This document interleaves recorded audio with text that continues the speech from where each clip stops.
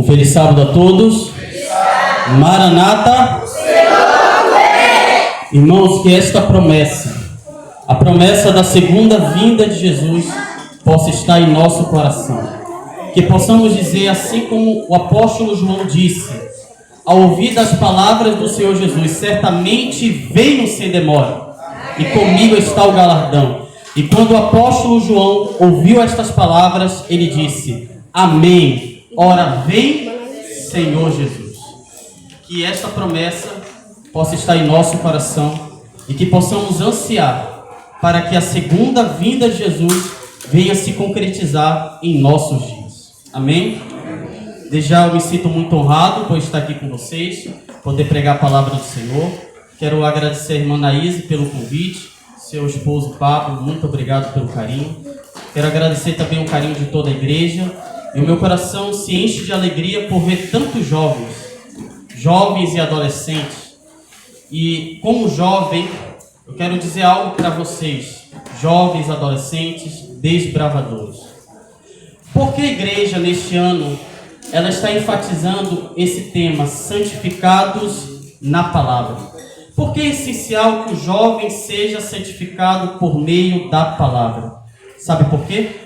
Porque a igreja tem a plena consciência de que esta geração de irmãos, os líderes, pessoas velhas, maduras na fé, ela vai passar se Cristo não voltar. O Pablo vai passar, a Naíse também, e os demais irmãos. E quem ficará responsável por conduzir esta igreja? São vocês, desbravadores. São vocês, jovens. Escutem isso aqui. Peço a sua atenção. Escute bem. Vocês, desbravadores, vocês são a prosperidade da igreja.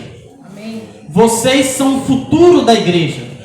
Mas vocês podem ser a desgraça desta igreja também.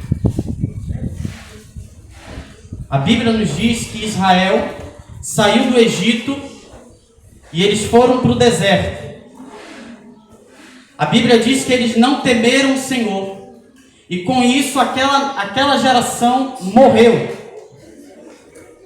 Veio uma segunda geração que entrou na terra de Canaã.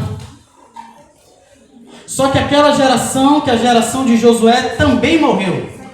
E lá no livro de Juízes nos diz que veio uma outra geração. Só que esta nova geração não havia conhecido Deus que havia libertado Israel do Egito, que havia conduzido o povo no deserto, o Deus que havia dado um maná, que havia transformado aquela água totalmente amarga em doce.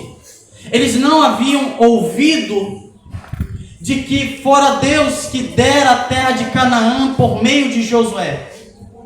E por não conhecerem o Senhor, a Bíblia diz que aquela nação, aquela geração se corromperam e passaram a adorar outros ídolos, ao ponto que Deus os entregou aos seus inimigos. Então vocês, desbravadores, jovens, crianças, aventureiros, ao mesmo tempo que é um privilégio fazer parte do povo de Deus que exalta a palavra, mas também tudo isso gera uma grande responsabilidade. Santificados na palavra. É o que nós aprendemos na classe dos jovens. Só há uma única forma de vencermos as tentações, somente por meio da palavra.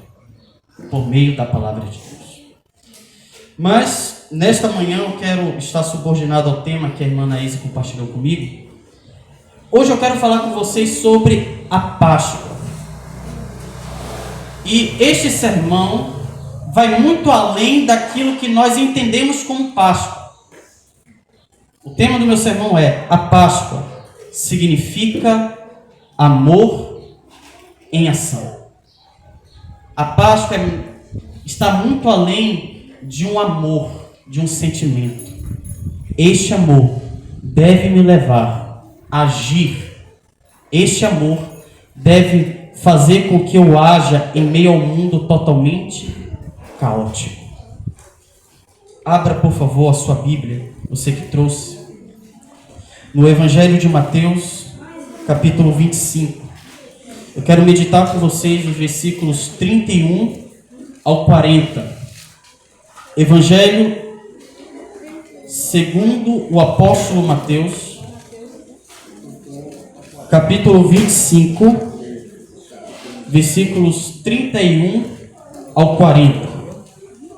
Eu estarei lendo na Nova Almeida Atualizada, tá bom? Posso estar um pouquinho diferente, mas o sentido é o mesmo, tá bom? Evangelho de Mateus, capítulo 25, versículo 31, assim diz a palavra do Senhor. Quando o Filho do Homem vier na sua majestade e todos os anjos com ele, então se assentará no trono da sua glória. Todas as nações serão reunidas em sua presença, e ele separará uns dos outros, como o pastor separa as ovelhas dos cabritos.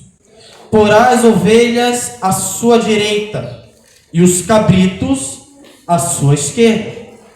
Então o rei dirá aos que estiverem à sua direita: venham, benditos de meu Pai.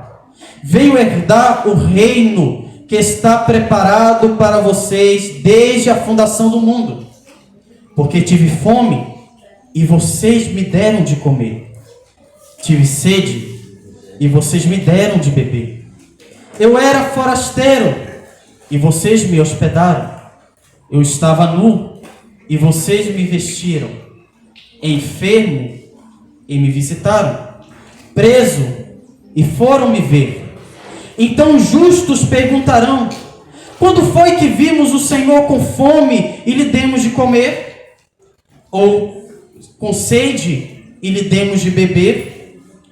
E quando foi que vimos o Senhor como forasteiro e o hospedamos? Ou nu e o vestimos? E quando foi que vimos o Senhor enfermo ou preso e fomos visitá-lo? Então o rei responderá: em verdade lhes digo que, sempre que o fizeram a um destes meus pequeninos irmãos, foi a mim que o fizeram. Deus Pai, Filho, Espírito Santo, neste momento, Senhor, a Tua palavra foi lida e queremos, Senhor, ouvir a Tua voz. Senhor, não queremos ouvir a voz de um homem, mas a Tua voz. Senhor, como poderemos, Senhor, sair da Tua presença?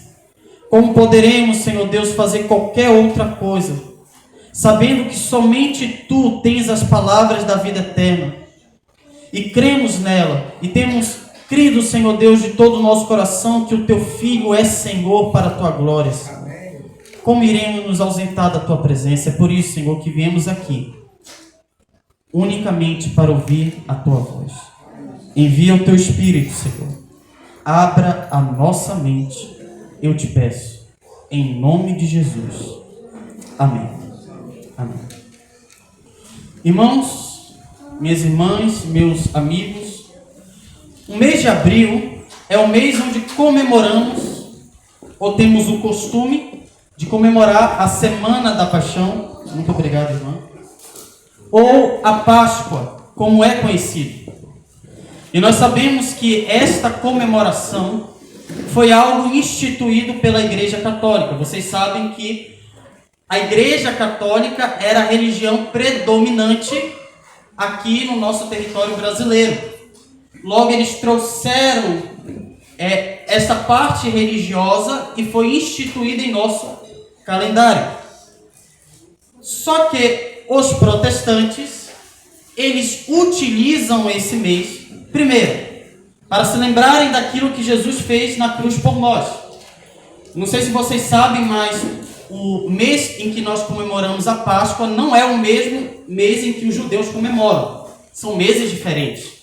Mas os protestantes, eles se aproveitam disso que foi deixado pela igreja para se lembrarem daquilo que Jesus fez por nós na cruz do Calvário, e também é um meio pelo qual nós utilizamos para pregar o Evangelho.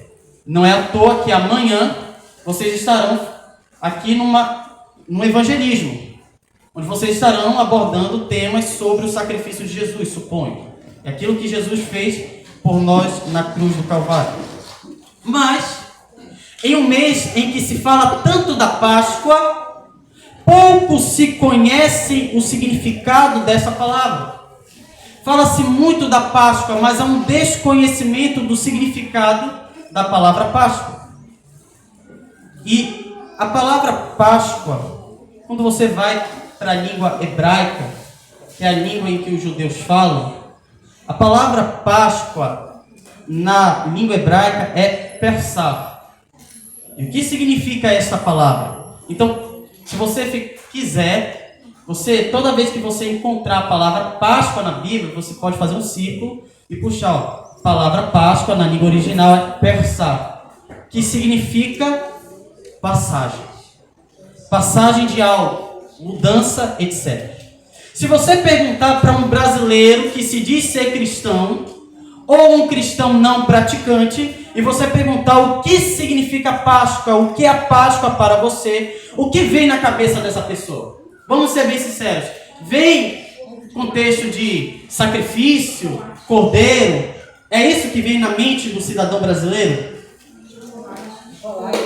Vem o personagem, o coelho, e que por um milagre extraordinário produz ovos de chocolate. E isso é propagado. Não é à toa que o comércio utiliza o marketing para fazer com que você compre. Só que há duas religiões em que se comemora este rito religioso. É os judeus e os cristãos. Quando você vai perguntar para um judeu o que significa Páscoa, o judeu, ele vai atrelar a Páscoa à libertação de Israel do Egito, do cativeiro egípcio.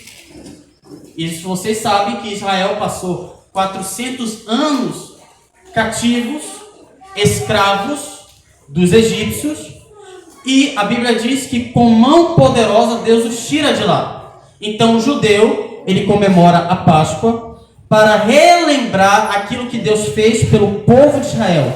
Tirou eles daquela condição em que eles se encontravam, de escravos, a um povo livre, a uma nação livre, que tinha por intuito de ser uma bênção para os demais povos.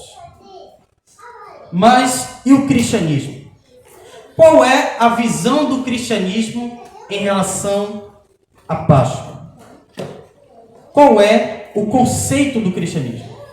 E aí, quando você vai para o Novo Testamento, podemos perceber que Jesus, o autor principal, ele muda o conceito da Páscoa. Ele muda o significado da Páscoa. E qual é o significado? Jesus, ele tira da mente do judeu de que eles foram libertos do cativeiro egípcio e levam estes judeus e todos aqueles que se unem ao cristianismo a terem uma noção que Deus nos libertou de algo superior do que um território, um cativeiro egípcio. Deus nos libertou da escravidão do pecado. Deus nos libertou da condenação eterna. Deus nos deu vida enquanto nós estávamos mortos em nossos delitos e pecados. E como nós comemoramos a Páscoa? Vocês sabem? Por meio da ceia do Senhor. Por meio da ceia do Senhor. E quando você analisa a Páscoa, você percebe que havia algo de essencial que não poderia faltar nesta festa. Era o cordeiro. O cordeiro era algo essencial, que não poderia faltar na comemoração da Páscoa, onde a família, ela se sentava na mesa, ela comia o cordeiro, ela se alimentava daquele cordeiro, e enquanto eles iam comendo aquele cordeiro e iam se alimentando, eles contavam as histórias, a história de Moisés, a história de Josué. Só que nós sabemos que o cordeiro já veio. Sabemos que o cordeiro aponta para Jesus, que ele é o nosso cordeiro perfeito. Gênesis capítulo 3, versículo 15, hoje nós vimos esse texto. Porém, inimizade entre você e a mulher, entre a sua descendência e o descendente dela. Este lhe ferirá a cabeça e tu lhe ferirás o calcanhar. E a Bíblia diz que Deus fez para Adão e Eva peles. E nós sabemos que eram peles de ovelhas por meio da revelação profética. Ou seja, Deus fez com que Adão sacrificasse aquele cordeiro. E Deus pegou aquele cordeiro sacrificado e pôs sobre Adão e Eva, simbolizando que chegaria um dia em que o verdadeiro cordeiro viria sobre a terra, morreria numa cruz, e nós poderíamos nos apropriar da justiça divina. Nós que estávamos mortos em nossos delitos e pecados, nós que éramos pecadores, filhos de Satanás, poderíamos agora ser chamados filhos de Deus. Filhos de Deus. Se você notar bem ali o contexto da ceia, você percebe que há uma coisa que falta, que não está presente na ceia do Senhor. O cordeiro. Não está presente um animal. Enquanto os judeus naquele contexto estavam comendo o animal, o cordeirinho, Jesus com seus discípulos não estavam comendo o cordeiro. Por quê? Porque ele era o próprio cordeiro. Como disse João Batista, em João capítulo 1, versículo 29. Olhem, contemplem, eis o Cordeiro de Deus, que tira o pecado do mundo. E quando nós vamos para Efésios capítulo 5, versículo 1 a 2, Paulo vai dizer: portanto, sejam imitadores de Deus, como filhos amados, e vivam em amor, como também Cristo nos amou e entregou por nós como oferta e sacrifício de aroma agradável a Deus. Sejam imitadores. Em outras palavras, Paulo está nos querendo dizer, ele está nos chamando a atenção: sejam imitadores do Cordeiro de Deus. Sejam imitadores de Jesus, sejam imitadores de Deus, sejam imitadores do Cordeiro. E a pergunta é: o que podemos aprender com o Cordeiro de Deus que tira o pecado do mundo? O que podemos aprender? Primeira lição. Fique à vontade para anotar. Primeira lição. O que nós podemos aprender com o Cordeiro? O Cordeiro de Deus que tira o pecado do mundo. Primeiro, todo filho de Deus, assim como o Cordeiro, ele ama. Todo filho de Deus, assim como o Cordeiro, ele ama. A Bíblia, irmãos, nos ensina que Deus é amor. A essência dele é o amor.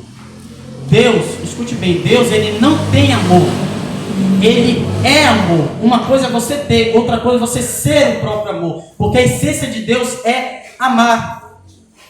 A Bíblia nos informa que Deus amou o mundo de tal maneira, ou seja, é um amor inexplicável. E por meio dessa revelação, podemos entender que esse sentimento de amor deve predominar no coração do cristão. Ou seja, eu e você, nós não somos amor. Eu não sou amor. Nós temos o amor de Deus.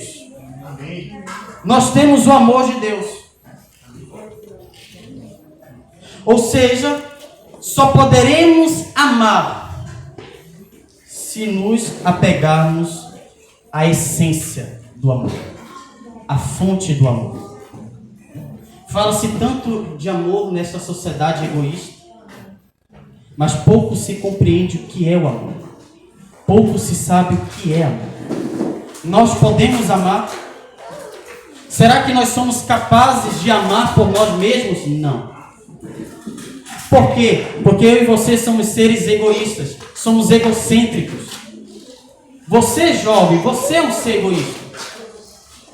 Muitas vezes. Quantas vezes você, ao andar pela rua, você viu aquela pessoa em condição de miséria, na sarjeta? E quantas vezes você, ao olhar para aquela pessoa, você tinha dinheiro para ajudá-la, mas você pensou em si: poxa, se eu ajudar, vai ficar faltando para mim. Por que, irmãos, isso acontece? Porque, por essência, nós somos egoístas. E vocês podem me perguntar: Gabriel, se eu sou um ser egoísta, o que eu devo fazer para deixar o meu egoísmo de lado e amar as pessoas? Só uma única forma: se nós nos apegarmos a Deus. Jesus disse em João capítulo 15: sem mim nada podeis fazer. Se amarmos a Deus e permitir que este amor transforme o nosso coração, só assim poderemos amar o nosso próximo. A lei dizia: amarás o seu teu Deus acima de todas as coisas e amarás o teu próximo como a si.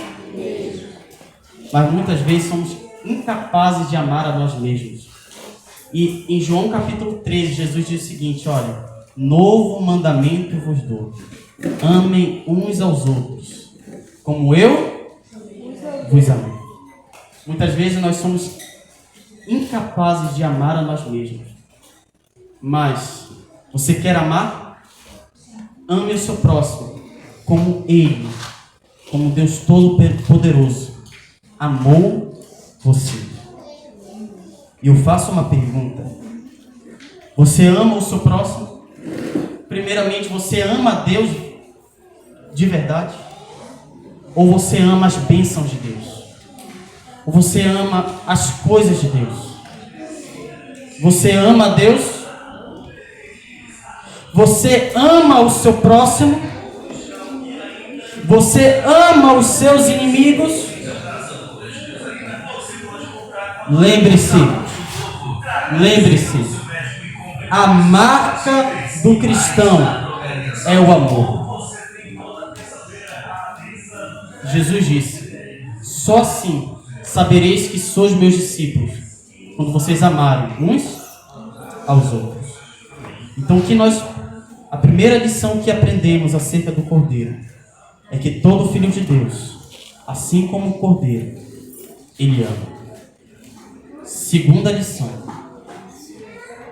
todo filho de Deus, assim como o Cordeiro, ele sofre. Todo filho de Deus, assim como o Cordeiro, ele sofre. Acerca do Cordeiro, a Bíblia nos ensina que o Cordeiro sofreu por amor aos homens. Ele pagou um alto preço por esse amor. E como ele pagou? A Bíblia nos diz que ele foi rejeitado. João capítulo 1, a Bíblia nos revela: ele veio para o que era seu, mas os seus não o receberam. Os seus o rejeitaram. Ele foi rejeitado pelos seus irmãos, pela sua própria família.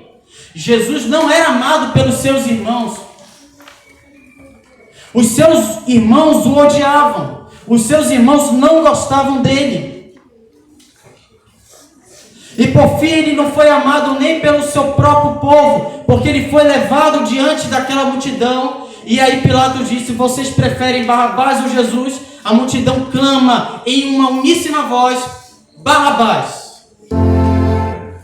Barrabás.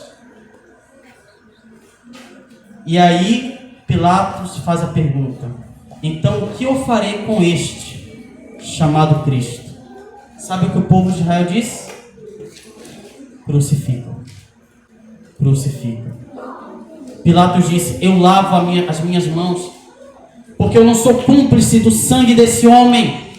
Então a multidão disse: que o sangue deste caia sobre nós, sobre os nossos filhos. Já pensou?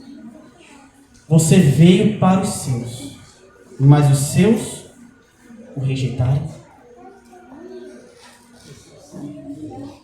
Jesus, ele sofreu pelos pecados do seu povo. Lucas nos enfatiza que quando Jesus estava montado no jumentinho e ele estava vindo com aquela multidão, a Bíblia diz que Jesus, ele olha para Jerusalém, ele contempla Jerusalém, e a Bíblia diz que Jesus chora, dizendo: ah, Jerusalém, que matas os profetas de Deus. Quantas vezes quis reuni-los, assim como uma galinha reúne os seus pintinhos por debaixo das suas asas, mas vocês não quiseram. Ah, Jerusalém, se vocês soubessem a destruição que virá, vocês serão destruídos. Por quê? Por causa dos pecados que Israel cometeu. Jesus sofreu pelos pecados da sua nação. Jesus foi perseguido pelos escribas e fariseus. Ele foi odiado e no final ele morreu numa cruz. E enquanto ele estava naquela cruz, se você ler o relato escrito por Mateus, Mateus vai dizer que a multidão baixava sua cabeça e fazia assim. A multidão olhava para aquele que estava crucificado e dizia: esse aí não salvou os outros, esse aí não deu vista aos cegos, esse aí não ressuscitou Lázaro, esse aí não se proclamava o rei dos judeus, porque ele não salva a si mesmo, se ele é o Todo-Poderoso. Os soldados pegaram a túnica de Jesus e repartiram, lançando sortes. E a Bíblia diz que um subiu, enquanto Jesus disse: tenho sede, ele subiu com aquele vinagre e colocou nos lábios de Jesus e disse: você não é o filho? Você não salvou os outros? Salve a si mesmo, se você é capaz de fazer isso. Mas enquanto a multidão fazia isto, a Bíblia diz que Jesus, ao olhar com um único olhar, ao contemplar aquela multidão enfurecida, ele olha para os céus e disse: Pai, perdoa-os, porque eles não sabem o que fazem. O povo de Deus, vocês jovens, crianças, adolescentes, adultos, idosos, todos vocês são chamados para serem co-participantes dos sofrimentos de Cristo. Somos chamados a sofrer por amor ao Evangelho. Não pense que no momento em que você aceitou o cristianismo, que a sua vida será um mar de rosas. Não. Você sabe qual era a pregação no tempo dos apóstolos? Você sabe qual era a pregação que os pais da igreja, que os primeiros cristãos faziam para os ímpios? Vocês querem fazer parte do povo de Deus? Estejam preparados para perderem posses, perderem suas posses. Estejam preparados para perderem seus títulos como cidadãos do reino terrestre. Estejam preparados para serem chicoteados, decapitados, serem crucificados, servirem de tochas para iluminar a cidade de Roma. Essa era a pregação dos cristãos. E aí eu faço a pergunta: será que nós estamos dispostos a sermos co-participantes do sofrimento de Cristo? Será que estamos dispostos a sofrer? Será que você está preparado para ser rejeitado pela sua família e pela sua nação? Você está disposto a sofrer pelos pecados do povo de Deus? Você está disposto a ser odiado pelo mundo? Segunda lição que podemos tirar: todo filho de Deus, assim como o cordeiro, ele está disposto a sofrer. A sofrer por amor ao Evangelho. Última lição que eu quero tirar com vocês: todo filho de Deus assim como o cordeiro, ele é recompensado. Todo filho de Deus, assim como o cordeiro, ele é recompensado. Acompanhe comigo Mateus capítulo 25, versículo 34. As duas primeiras lições nos motivam a agir, como nós lemos no texto. Estive nu, vocês me vestiram. Tive sede, me deste de beber.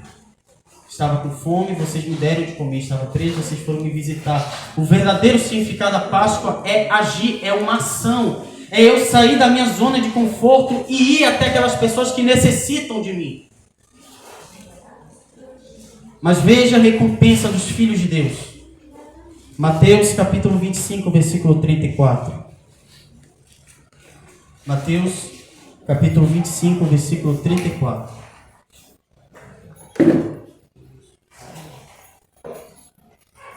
Então dirá o rei aos que estiverem à sua direita: vinde, benditos de meu Pai, entrai na posse do reino que vos está preparado desde a fundação. O capítulo 25 é Jesus narrando aquilo que ainda irá se cumprir. Chegará um dia em que todos terão que comparecer diante do tribunal de Jesus, diante do tribunal do Cordeiro. Todos aqui, sem exceção, pequenos, grandes, ricos e pobres, leigos, sábios, nécios, cultos, todos terão que comparecer diante do tribunal de Jesus. Jesus será o juiz. E a Bíblia diz que ele irá separar, ele irá fazer uma divisão.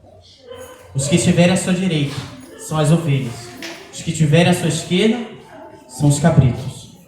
Aqueles que estiverem à sua direita, ele vai dizer: vinde, benditos de meu Pai, entrai na posse do reino, na herança de vocês, que vos está preparado desde a fundação do mundo.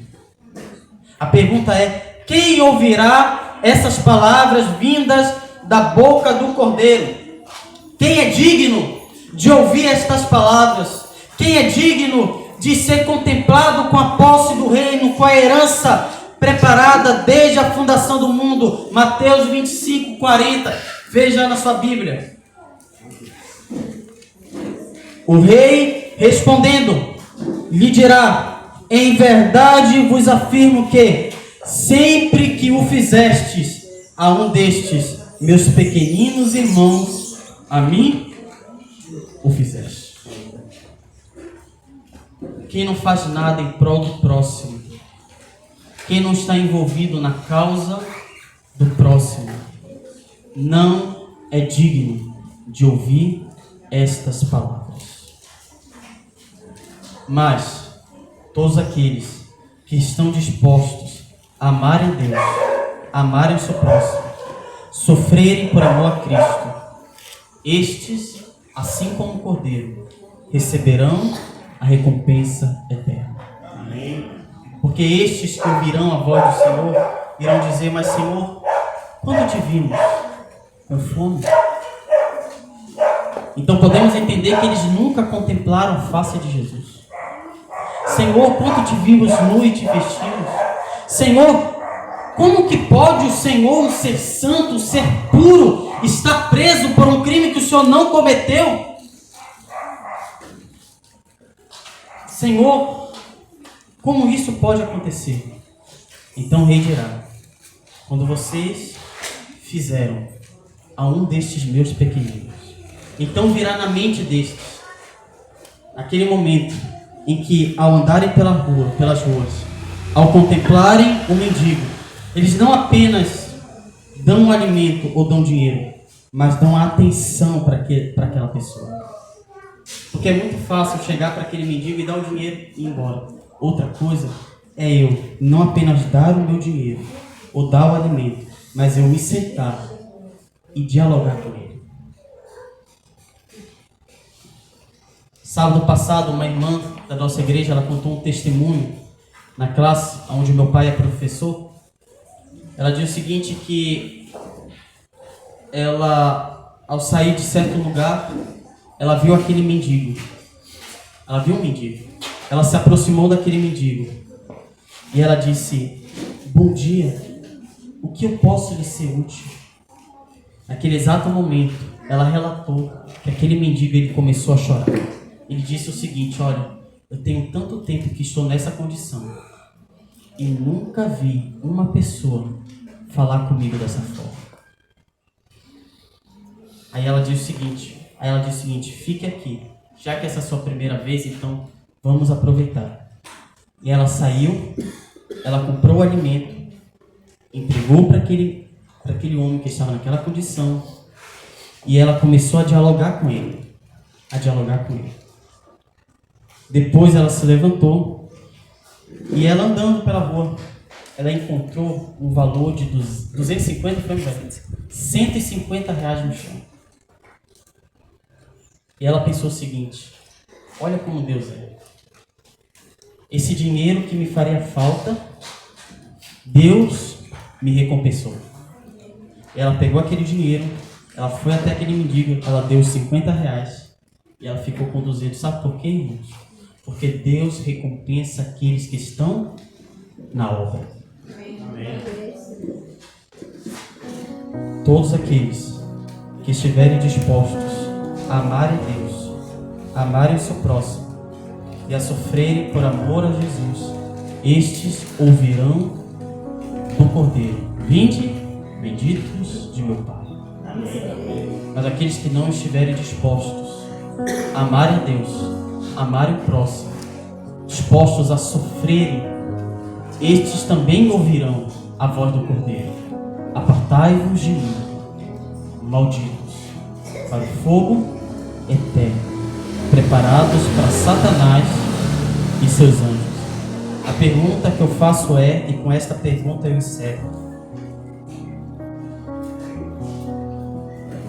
quais serão as palavras que você ouvirá do Cordeiro de Deus? Se ele viesse hoje, o que você ouviria? Vinde, bendito de meu Pai, ou apartai-vos de mim, maldito, porque eu não te conheço. Deus nos chama para sermos o sal da terra e a luz do mundo. Em meio ao mundo de trevas e sofrimentos, em meio ao mundo de tribulações, Deus nos chama a impactar a nossa nação.